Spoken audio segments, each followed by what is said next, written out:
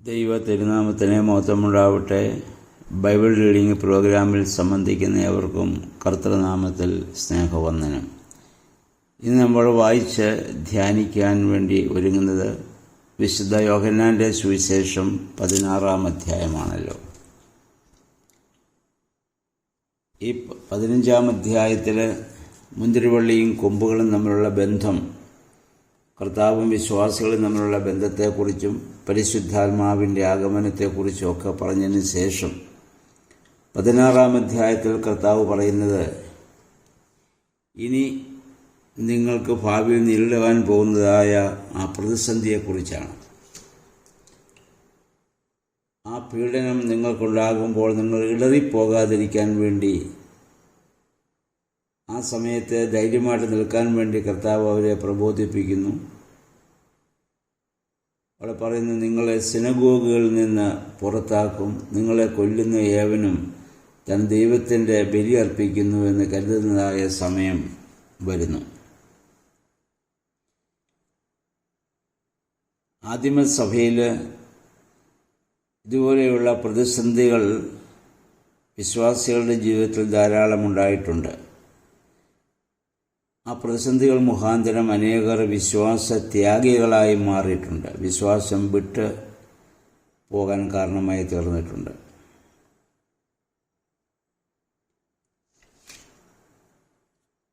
എന്നാൽ അങ്ങനെയുള്ള സന്ദർഭങ്ങളിൽ ധൈര്യമായിട്ടിരിക്കാൻ വേണ്ടിയുള്ള കർത്താവിൻ്റെ പ്രബോധനമാണ് കർത്താവ് സ്ത്രീഹന്മാർക്ക് ഇവിടെ നൽകുന്നത്. വാസ്തവത്തിൽ സഭയിലെ പീഡനം ഉണ്ടായതുകൊണ്ടാണ് സ്ത്രീഹന്മാർ ലോകത്തിൻ്റെ നാനാഭാഗത്തും പോയത്. സഭ വളരുവാൻ അതൊരു കാരണമായിട്ട് തീർന്നു. അതുകൊണ്ടാണ് ആദിമസഭയിൽ പീഡനം ഉണ്ടാകുന്നില്ലായിരുന്നെങ്കിൽ ക്രൈസ്തവ സഭ എന്ന് പറയുന്നത് ജെറുസലേമിൽ മാത്രമായി ഒതുങ്ങിപ്പോകുമായിരുന്നു. അപ്പം പരിശുദ്ധാത്മാവ് വരും, അതിനുശേഷം ലോകത്തിൻ്റെ നാനാഭാഗത്തും പോയി നിങ്ങൾ സുവിശേഷകരാകണമെന്ന് കർത്താവ് സ്ത്രീഹന്മാരോട് പറഞ്ഞു.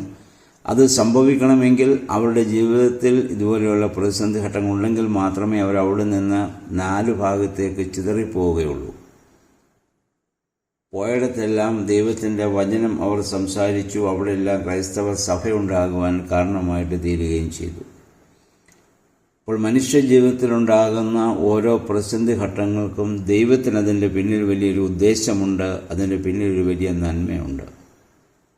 അതുകൊണ്ട് ആ രീതിയിൽ അതിനെ ഉൾക്കൊള്ളുവാനും അതിനെ കാണുവാനും സ്വീകരിപ്പാനും നമുക്ക് സാധിക്കേണ്ടതാണ്. അവിടെ പറയുന്നത്, നിങ്ങളെ കൊല്ലുന്നത് ദൈവപ്രീതിക്കുള്ള യാഗം കഴിക്കുന്നുവെന്നുള്ള ചിന്ത വരെ മനുഷ്യരിലുണ്ടാവും. നമുക്കറിയാമല്ലോ, കഴിഞ്ഞ നാളുകളിൽ ISS ഭീകര സംഘടന ഇപ്പോൾ ഈ ആധുനിക കാലത്ത് പോലും മധ്യപൂർവ്വ ദേശങ്ങളിലൊക്കെ ചെയ്തത് നമ്മൾ കണ്ടും കേട്ടിരുന്നവരാണ്. ആളുകളെ കൊല്ലുന്നത് അവരുടെ ദൈവത്തിന് വേണ്ടി അവർ ചെയ്യുന്ന ഒരു പുണ്യപ്രവൃത്തി പോലെ അവരതിനെ കാണുന്നു. മതതീവ്രവാദം. അപ്പോസ്തലനായ പൗലോസ് ശ്ലീഹ അപ്പോസ്തലപ്രവൃത്തി 26-9 മുതൽ 11 വരെയുള്ള വാക്യങ്ങൾ നമ്മൾ വായിക്കുമ്പോൾ, അദ്ദേഹത്തെ ദൈവം വിളിക്കുന്നതിന് മുൻപേ ശൗലായിരുന്ന കാലത്ത് അദ്ദേഹം പല ആളുകളെയും വധിക്കുന്നതിന് കൂട്ടുനിന്നെന്നും അത് ഞാൻ ദൈവത്തിന് വേണ്ടി ചെയ്യുന്ന പ്രവൃത്തിയാണെന്നും ഞാൻ വിശ്വസിച്ചിരുന്നുവെന്നും അവർ പറയുന്നുണ്ട്. അപ്പോസ്തലപ്രവൃത്തി 26-9 മുതൽ 11 വരെ നമ്മൾ വായിക്കുമ്പോൾ, ഇതെല്ലാം ഈ പീഡനകാലം ഉണ്ടാകുമെന്ന് കർത്താവ് മുന്നറിയിപ്പ് കൊടുത്തിട്ട് പറഞ്ഞു, ഞാൻ പോയ ശേഷം ആശ്വാസദായകൻ നിങ്ങളുടെ അടുക്കൽ വരും. ഞാൻ പോകുന്നതാണ് നല്ലത്. ഞാൻ പോകാതിരുന്നാൽ ആശ്വാസദായകൻ ഇവിടെ വരികയില്ല. ഓരോ കാലഘട്ടത്തിലും ത്രിത്വത്തിൻ്റെ 3 ആളത്വങ്ങളുടെയും പ്രത്യേകമായ പ്രവർത്തനങ്ങൾ കാണാം. പഴയ നിയമത്തിൽ നമ്മൾ പൊതുവെ കാണുന്നത് പിതാവായ ദൈവത്തിൻ്റെ ഒരു പ്രവർത്തന കാലഘട്ടമാണ്. പുതിയ നിയമം എന്നറിയപ്പെടുന്ന ആ കാലഘട്ടത്തിൽ യേശുവിൻ്റെ പ്രവർത്തനങ്ങൾ നമ്മൾ കാണുന്നു. ഇപ്പോൾ പരിശുദ്ധാത്മാവിൻ്റെ പ്രവർത്തനം നമ്മൾ കാണുന്നു. അപ്പോൾ ഞാൻ പോയെങ്കിൽ മാത്രമേ ആശ്വാസദായകൻ നിങ്ങൾക്ക് വരികയുള്ളൂ. ആശ്വാസദായകൻ വന്നു കഴിയുമ്പോൾ ധൈര്യത്തോടെ ഇതൊക്കെ സ്വീകരിക്കാനുള്ള ശക്തി നിങ്ങൾക്ക് ലഭിക്കുമെന്നുള്ളതാണ്. ആ ആശ്വാസദായകനായ പരിശുദ്ധാത്മാവ് വരുമ്പോൾ 3 കാര്യങ്ങളിൽ നിങ്ങളെ അവൻ ബോധവാന്മാരാക്കും. പരിശുദ്ധാത്മാവ് ബോധ്യം കൊടുക്കുന്ന 3 കാര്യങ്ങൾ: 1 പാപത്തെക്കുറിച്ചാണ്, 2 നീതിയെക്കുറിച്ചാണ്, 3 ന്യായവിധിയെക്കുറിച്ചാണ്.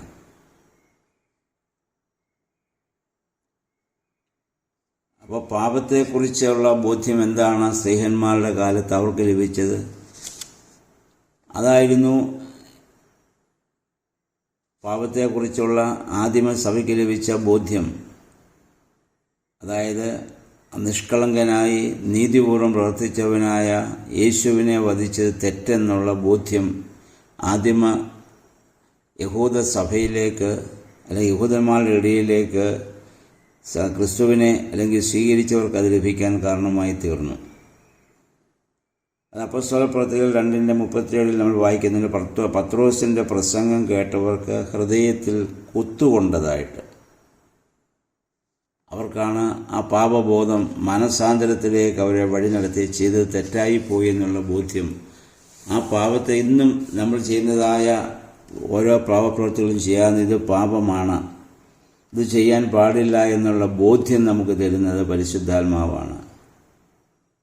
അപ്പോൾ പാപബോധം പരിശുദ്ധാത്മാവ് തന്നിട്ട് നമ്മൾ മനഃപൂർവ്വം ആ തെറ്റ് ചെയ്യുമ്പോൾ അത് പരിശുദ്ധാത്മാവിന് എതിരായ പാപമായി മാറുമെന്ന് യേശുക്രിസ്തു നേരത്തെ പറഞ്ഞത് ഓർക്കുക. 2 പരിശുദ്ധാത്മാവ് തരുന്ന ബോധ്യം നീതിയെക്കുറിച്ചാണ്. ഏതാണ് നീതി, ഏതാണ് അനീതി, ഏതാണ് ചെയ്യേണ്ടത്, ഏതാണ് ചെയ്യാൻ പാടില്ലാത്തത് എന്നുള്ള നീതിയെക്കുറിച്ചുള്ള ബോധ്യം നമുക്ക് നൽകുന്നത് പരിശുദ്ധാത്മാവാണ്. 3 ന്യായവിധിയെപ്പറ്റിയാണ്. അന്ത്യകാലത്തെക്കുറിച്ചുള്ള ആ ന്യായവിധിയെക്കുറിച്ച് നമുക്ക് നമ്മുടെ ഉള്ളിൽ ബോധ്യം തരുന്നതും പാപം ചെയ്യാതിരിക്കാൻ നമ്മെ പ്രേരിപ്പിക്കുന്നതും പരിശുദ്ധാത്മാവ് നമ്മൾ പ്രവർത്തിക്കുമ്പോൾ മാത്രമാണ്. ഈ 3 കാര്യങ്ങളെക്കുറിച്ച് നമ്മളെ ഇന്ന് ബോധ്യപ്പെടുത്തുന്നത് യേശുവിൻ്റെ കാലത്ത് കർത്താവ് അത് സ്ത്രീഹന്മാർക്കും തന്നെ അനുഗമിച്ച ആ ജനസമൂഹത്തിനും ആ കാര്യങ്ങളെക്കുറിച്ച് ബോധ്യം കൊടുത്തെങ്കിൽ കർത്താവിന് ശേഷം ത്രിത്വത്തിൽ 3ാമനായി ഭൂമിയിലേക്ക് വന്ന പരിശുദ്ധാത്മാവാണ് ഇന്ന് ലോകത്തിന് ഈ ബോധ്യം നൽകിക്കൊണ്ടിരിക്കുന്നത്. അതാണ് പരിശുദ്ധാത്മാവിൻ്റെ പ്രവർത്തനം. ഈ 3 കാര്യങ്ങളെക്കുറിച്ചുള്ള ബോധ്യം നമുക്ക് നൽകുന്നു. 8 മുതൽ 15 വരെയുള്ള വാക്യങ്ങൾ വീണ്ടും പരിശുദ്ധാത്മാവിൻ്റെ പ്രവർത്തനത്തെക്കുറിച്ച് പ്രസ്താവിക്കുന്നുണ്ട്. പറഞ്ഞു, പരിശുദ്ധാത്മാവ് ഇങ്ങനെയുള്ള പാപബോധമൊക്കെ നമ്മൾ വരുത്തുന്നു മാത്രം, അതിനു പുറമെ സകല സത്യത്തിലേക്കും അവൻ നിങ്ങളെ വഴി നടത്തും. കർത്താവിന് ശേഷം സ്ത്രീഹന്മാരെ ആ സത്യത്തിൻ്റെ വഴിയിലേക്ക് വഴി നടത്തിയതും ധൈര്യസമേതം കർത്താവിന് വേണ്ടി പ്രവർത്തിക്കാൻ അവരെ പ്രേരിപ്പിച്ചതും പരിശുദ്ധാത്മാവാണ്. അപ്പം അതുകൊണ്ടാണ് അപ്പോസ്തലപ്രവൃത്തികൾ 15-ാം അധ്യായത്തിലെ ആദ്യ ജെറുസലേം സുനഗോഗിന് ശേഷം അവർ നൽകുന്നതായ പൊതുവായ കൽപ്പനയുണ്ടല്ലോ, ജാതികളോടൊക്കെയുള്ള മനോഭാവം എങ്ങനെയായിരിക്കണമെന്ന് പറയുന്നിടത്ത് പറയുന്നുണ്ട്, അത് പരിശുദ്ധാത്മാവിനും ഞങ്ങൾക്കും തോന്നി എന്നും പറഞ്ഞുകൊണ്ടാണത് ആ കൽപ്പന അവർക്ക് അയക്കുന്നത്. പരിശുദ്ധാത്മാവിനും ഞങ്ങൾക്കത് തോന്നിപ്പിച്ചത് പരിശുദ്ധാത്മാവാണെന്നുള്ളതാണ്. പിന്നെ പറയുന്നു, പരിശുദ്ധാത്മാവ് സ്വയമല്ല, താൻ കേൾക്കുന്നതാണ് സംസാരിക്കുന്നത്. പിതാവായ ദൈവത്തിൽ നിന്നും പുത്രനിൽ നിന്നുമുള്ളത്. അതാണ് പരിശുദ്ധാത്മാവ് നമ്മളെ ഇപ്പോൾ അറിയിച്ചുകൊണ്ടിരിക്കുന്നത്. ആ സ്ഥിതിയിൽ അവൻ ഭാവി കാര്യങ്ങൾ നമുക്കറിയിച്ചു തരും. അപ്പോൾ ആ പരിശുദ്ധാത്മാവാണ് ഇന്ന് നമ്മളെ ഭൂമിയിൽ വഴി നടത്തുന്നത്. അവൻ എനിക്കുള്ളതിൽ നിന്നും എടുത്ത് നിങ്ങൾക്ക് നൽകും. പരിശുദ്ധാത്മാവ് പിതാവിൽ നിന്ന് പുറപ്പെട്ട് പുത്രനിൽ നിന്ന് എടുക്കുന്നു. അല്ലെങ്കിൽ അതാണ് നമ്മുടെ വിശ്വാസ പ്രമാണത്തിൽ ചൊല്ലുന്നത്, പിതാവിൽ നിന്ന് പുറപ്പെട്ട് പുത്രനോടുകൂടി വന്ദിക്കപ്പെട്ട് സ്തുതിക്കപ്പെടുന്നവൻ. അത് വിശ്വാസ പ്രമാണമായി നമ്മൾ ഏറ്റു ചൊല്ലുന്നതും സഭ അതാണ് വിശ്വസിക്കുന്നത്. ആ ത്രിത്വത്തിൽ ഒരുവനായ പരിശുദ്ധാത്മാവ് നമ്മളെ ഭൂമിയിൽ ഇന്ന് വഴി നടത്തുന്നു. അതൊക്കെ പറഞ്ഞതിന് ശേഷം കർത്താവ് വീണ്ടും അവരോട് പറയുന്നു, ഇനി അല്പം കഴിഞ്ഞ് നിങ്ങൾ എന്നെ കാണുകയില്ല, അതിനുശേഷം വീണ്ടും എന്നെ കാണും. കർത്താവിൻ്റെ ക്രൂശുമരണം ആസന്നമായിരിക്കുന്നു എന്നുള്ള ഒരു മുന്നറിയിപ്പ്. അതാണ് ഇനി കഴിഞ്ഞു കഴിഞ്ഞാൽ താൻ നിങ്ങളിൽ നിന്ന് ശാരീരികമായി മാറ്റപ്പെടും, അല്പം കഴിഞ്ഞ് എന്നെ കാണും, ഉയർപ്പിന് ശേഷം നിങ്ങൾ എന്നെ കാണും. നമുക്കറിയാം, ഉയർപ്പിന് ശേഷം 40 ദിവസം പലപ്പോഴായി കർത്താവ് ശ്ലീഹന്മാർക്ക് പ്രത്യക്ഷപ്പെട്ടതും അവരെ ധൈര്യപ്പെടുത്തിയതും വഴി നടത്തിയതുമൊക്കെ നമുക്കറിയാം. അപ്പോൾ കർത്താവ് ഇന്ന് പരിശുദ്ധാത്മാവ് ലോകാവസാനത്തോളം നമ്മോടുകൂടെ ഉണ്ടായിരുന്ന് നമ്മളെ വഴി നടത്തും എന്ന വാഗ്ദത്തം, അങ്ങനെയാണ് ഇന്ന് ഇത് നിറവേറ്റപ്പെടുന്നത്.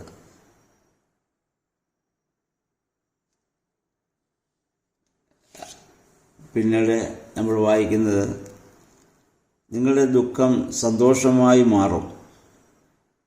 കർത്താവുള്ളൊരു ആ ദുഃഖത്തെക്കുറിച്ച് പറയുന്നൊരു ഉദാഹരണമാണ് പ്രസവവേദന അനുഭവിക്കുന്ന സ്ത്രീ. ആ വേദനയെക്കുറിച്ച് ഓർക്കുമ്പോൾ, ആ പ്രസവവേദന അനുഭവിക്കുമ്പോൾ അവൾക്ക് വലിയ വേദന അവൾക്ക് ആ സമയത്ത് അവൾ അനുഭവിക്കുന്നുണ്ട്.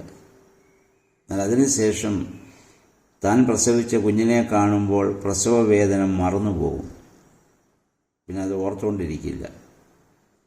ഇതുപോലെയാണ് കർത്താവിൻ്റെ നാമത്തിൽ നമ്മൾ പീഡ ഏൽക്കുമ്പോൾ നമുക്ക് വലിയ വേദനകളും പ്രയാസങ്ങളും, ആ പേരിൽ നമ്മൾ അപഹസിക്കപ്പെടുമ്പോൾ, അല്ലെങ്കിൽ മറ്റുള്ളവർ നമ്മളെക്കുറിച്ച് ദുഷിയും ദോഷവും ഒക്കെ പറയുമ്പോഴൊക്കെ നമുക്ക് ഒരുപാട് ദുഃഖം തോന്നാം. അപ്പം അത് കഴിയുമ്പോൾ ആശ്വാസപ്രദമാകുന്ന പരിശുദ്ധാത്മാവ് നമ്മെ ആശ്വസിപ്പിച്ച് കഴിയുമ്പോൾ പിന്നീട് ആ ദുഃഖത്തെക്കുറിച്ച് നമ്മൾ ഓർക്കുന്നില്ല, അവരോടുള്ള വിരോധവും നമ്മിലുണ്ടാവുന്നില്ല. ആ വിരോധം നമ്മിൽ അവരോട് ക്ഷമിക്കാനും അതൊക്കെ മറക്കാനും പൊറുക്കാനുമൊക്കെയുള്ള ശക്തി, ആ വേദനകളെയൊക്കെ ഉൾക്കൊള്ളുവാൻ നമ്മളെ ശക്തീകരിക്കുന്നത് പരിശുദ്ധാത്മാവ് നമ്മിൽ വസിക്കുമ്പോഴാണ്. ഇല്ലെങ്കിൽ അവരോടുള്ള വ്യക്തിവിരോധം എപ്പോഴും മനസ്സിലിങ്ങനെ നിലനിൽക്കും. അതാണ് പരിശുദ്ധാത്മാവ് തരുന്നതായ സമാധാനം. അതാ കർത്താവ് പറഞ്ഞ, ഞാൻ തരുന്ന സമാധാനം ലോകം തരുന്നതല്ല. അതെന്ന് പറഞ്ഞാൽ അത് ക്ഷണികമല്ല, എന്നും അനുഭവിക്കാൻ സാധിക്കുന്ന വലിയ ഒരു അനുഭവമാണത്. 25 മുതൽ യേശു പറയുന്നു. പിന്നെ ഒരു കാര്യം കൂടി പറയുന്നുണ്ട്, നിങ്ങൾ അതിൻ്റെ 24-ാം വാക്യം,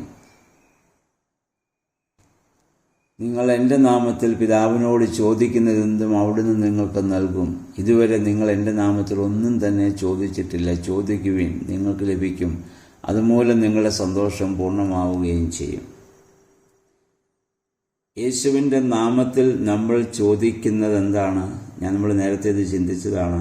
ഭൗതികമായ ആവശ്യങ്ങളല്ല, ദൈവത്തെ വേണമെന്നുള്ളതാണ്. യേശുവിൻ്റെ നാമത്തിൽ നമ്മൾ പിതാവായ ദൈവത്തോട് ചോദിക്കേണ്ടത് അതാണ് നമുക്ക് ആവശ്യമായിരിക്കുന്നത്. നമ്മൾ നേരത്തെ ചിന്തിച്ചാണ് ലൂക്കോസിൻ്റെ സുവിശേഷം, യാചിപ്പീൻ, അന്വേഷിപ്പീൻ, മുട്ടുവീൻ എന്നൊക്കെ. എന്തിനു വേണ്ടി യാചിക്കണം, എന്തിനു വേണ്ടി അന്വേഷിക്കണം, എന്തിനു വേണ്ടി മുട്ടണം? പരിശുദ്ധാത്മാവിന് വേണ്ടി. പരിശുദ്ധാത്മാവ് എന്ന് പറയുന്നത് ദൈവത്തിന് വേണ്ടിയാണ്. നമ്മൾ കർത്താവിൻ്റെ നാമത്തിൽ നമ്മൾ ചോദിക്കേണ്ടത് സ്ത്രീഹന്മാർക്ക് ലഭിച്ച അതേ പരിശുദ്ധാത്മാവാണ്. സ്ത്രീഹന്മാരാരും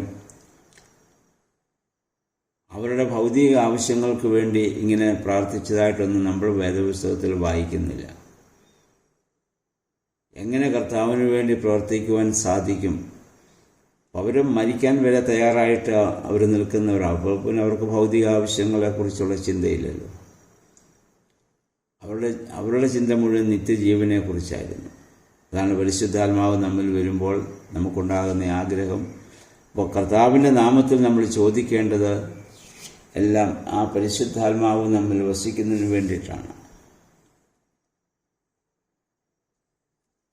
25 മുതലുള്ള വാക്യങ്ങളിൽ കർത്താവ് പറയുന്നു, ഞാൻ നിങ്ങളോട് ഇതുവരെ പറഞ്ഞതൊക്കെ ഉപമകൾ വഴിയാണ്. ഇനി ഞാൻ സ്പഷ്ടമായി പിതാവിനെക്കുറിച്ച് നിങ്ങളെ അറിയിക്കും. പറയുന്നു, നിങ്ങൾ എൻ്റെ നാമത്തിൽ ചോദിക്കും, ഞാൻ നിങ്ങൾക്ക് വേണ്ടി പിതാവിനോട് പ്രാർത്ഥിക്കാമെന്ന് ഇനി പറയുന്നില്ല. അതിനർത്ഥം കർത്താവ് നമുക്ക് വേണ്ടി പ്രാർത്ഥിക്കയില്ല എന്നല്ല. അതായത് പിതാവുമായുള്ള അകൽച്ച യേശുക്രിസ്തു മുഖാന്തരം ഇനി ഇത് തീരാൻ പോകുകയാണ്. ദൈവത്തിൽ നിന്ന് അകന്നുപോയ മനുഷ്യവർഗത്തെ പിതാവായ ദൈവത്തിലേക്ക് അടുപ്പിക്കുവാൻ തക്കവണ്ണം പുത്രൻ തൻ്റെ രക്തം കാൽവറിയിൽ ചൊരിയാൻ പോകുന്നു.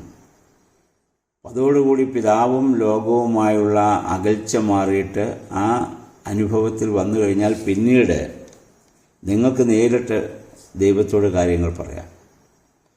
പുത്രൻ എന്ന് പറഞ്ഞാൽ ദാസ്യത്തിൽ നിന്ന് പുത്രത്വത്തിലേക്ക് നിങ്ങൾ വരാൻ പോവുകയാണ്. പുത്രത്വം വന്നു കഴിഞ്ഞാൽ പിന്നെ പുത്രൻ പിതാവിനോട് അവൻ്റെ ആവശ്യങ്ങൾ പറയുന്ന പോലെ പറയാൻ സാധിക്കും. അല്ല കർത്താവ് നമുക്ക് വേണ്ടി പ്രാർത്ഥിക്കുകയില്ല എന്നല്ല അർത്ഥം.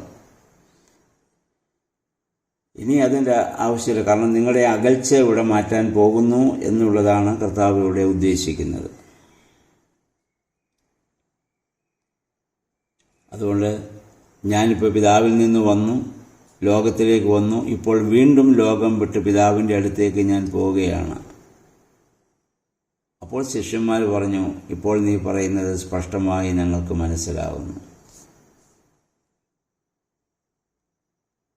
അപ്പോൾ അതാണ് കർത്താവ് അവസാനം അവരെ ആശ്വസിപ്പിക്കുന്നതായ ആ ഭാഗമാണ് 16-ാം അധ്യായത്തിൽ നമ്മൾ ചിന്തിക്കാൻ നമുക്ക് സാധിക്കുന്നത്. അപ്പോൾ ഈ ഇന്നത്തെ ദിവസം ഈ 16-ാം അധ്യായം വായിച്ച് ധ്യാനിച്ച് കർത്താവിനോട് പ്രാർത്ഥിച്ച് ഈ ഭൂമിയിൽ ജീവിക്കുന്ന നമുക്ക് നേരിടുന്നതായ ഓരോ പ്രതിസന്ധി ഘട്ടങ്ങളും അതിനെ അതിജീവിക്കുവാൻ പരിശുദ്ധാത്മാവ് നമ്മളോടൊപ്പമുണ്ട്. ആ പരിശുദ്ധാത്മാവിൽ ആ കർത്താവ് തന്നെ നമ്മളെ വഴി നടത്തുന്നുവെന്ന ബോധ്യം നമുക്കുണ്ടാവണം. അതുകൊണ്ട് കർത്താവിൻ്റെ നാമത്തിന് വേണ്ടി, സത്യത്തിന് വേണ്ടി, നീതിക്ക് വേണ്ടിയൊക്കെ കഷ്ടം സഹിക്കേണ്ടി വന്നാൽ കർത്താവ് പറഞ്ഞതുപോലെ പ്രസവവേദന അനുഭവിക്കുന്ന ഒരു സ്ത്രീയുടെ ആ മനോഭാവത്തോടുകൂടി ഈ വേദന കഴിഞ്ഞാൽ എനിക്കെൻ്റെ ഞാൻ ജന്മം നൽകിയ എൻ്റെ ഉദരത്തിൽ കിടന്ന ശിശുവിനെ എനിക്ക് കാണാമെന്നുള്ള പ്രത്യാശയോടെ അതിനെ അതിജീവിക്കുന്ന പോലെ ഇപ്പോൾ നമ്മൾ അനുഭവിക്കുന്ന ഓരോ കഷ്ടതയ്ക്ക് ശേഷവും എനിക്കെൻ്റെ ദൈവത്തെ മുഖാമുഖം കാണാമെന്നുള്ള വലിയ പ്രത്യാശയോടുകൂടി ജീവിക്കാൻ നമുക്കിടയാകണം. അതിന് ദൈവത്തിൻ്റെ പരിശുദ്ധാത്മാവ് നമ്മെ സഹായിക്കട്ടെ. എല്ലാവർക്കും നല്ല ഒരു ശുഭദിനം ആശംസിക്കുന്നു. ദൈവനാമം മാത്രം മഹത്വപ്പെടട്ടെ.